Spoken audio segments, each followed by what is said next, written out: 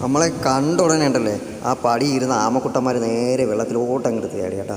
നല്ല ക്ലിയർ വെള്ളമായിട്ട് കാണാനും പറ്റും. ആ സെൻട്രലായിട്ട് ഒരു സ്ക്വയർ അടിച്ചിട്ടിരിക്കുന്നത് അത് എന്തിനുള്ളതാണെന്ന് അറിയാൻ പറ്റും കേട്ടാ. അതുകൊണ്ട് ഒരു കൊക്ക് പറന്നു വന്നിരിക്കുന്നുണ്ട് അത്. പക്ഷേ വെള്ളം നല്ല ക്ലിയർ ആയതുകൊണ്ട് വേണ്ട ആമക്കുട്ടന്മാരെല്ലാം പൊങ്ങി വേണ്ട. പായലിൻ്റെ മേലിൽ ഈ ആമ കടന്ന് കളിക്കുന്നതാണ് എന്ത് നല്ല രസമെന്ന് നോക്കിയതാണ്ട.